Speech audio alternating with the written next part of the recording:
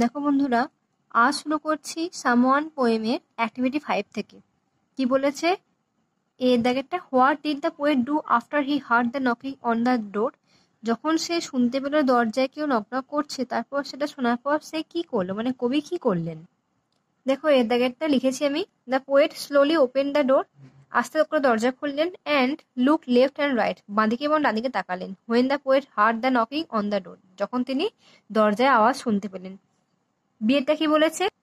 What was the night like, রাত্রিটা কেমন ছিল? The night was dark and still, নিস্তব্ধ এবং অন্ধকারাচ্ছন্ন ছিল রাত্রিটা। সিয়েরটা, name the mention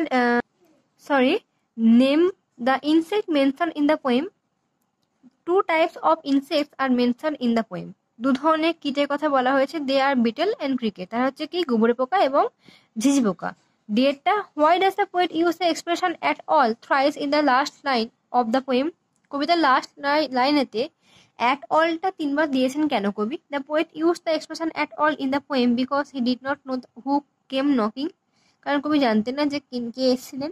but he felt a mysterious thing, তিনি একটা অদ্ভুত রহস্যময় জিনিস অনুভব করেছিলেন, তাই জন্য উনি এই অ্যাট অলটাকে 3বার বলেছেন। 6 যে কারেক্ট ফর্ম অফ ভার্বসগুলোকে তোমায় চুজ করে বসাতে হবে।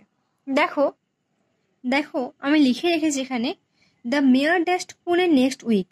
গো আছে, the mayor will go to Pune next week, পরের সপ্তাহে মেয়র পুনে যাবেন। বাই নেক্সট ডিসেম্বর, পরের ডিসেম্বরেতে ওয়েপার shall have stayed here for 3 years, আমরা তিন বছর এখানে থেকে থাকবো। পারহ্যাপস, সম্ভবত, they will visit Dooars later, তারা পরবর্তীকালে ডুয়ার্সে ঘুরতে যাবে।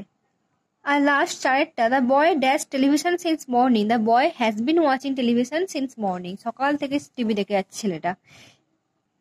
তারপর দেখো বন্ধুরা, ফ্রেজ বলেছে। ফ্রেজ কি?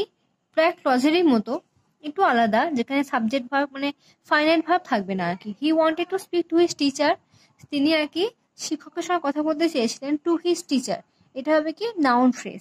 অ্যাট দিস মোমেন্ট, এই সময়তে ইটস রেইনিং হার্ড, খুব মানে জোরালো বৃষ্টি হচ্ছে। সময়ের কথা বলেছে, এটা হবে কি adverb phrase. To do well in the competition is my aim, আমার লক্ষ্য কি না কম্পিটিশনে ভালো কিছু করা। সো টু ডু ওয়েল হবে কি না noun phrase. They live in a house made of wood, কাঠ দিয়ে তৈরি বাড়িতে তারা থাকে, এটা হবে অ্যাডজেক্টিভ ফ্রেজ, বাড়িটার গুণাবলী বলছে।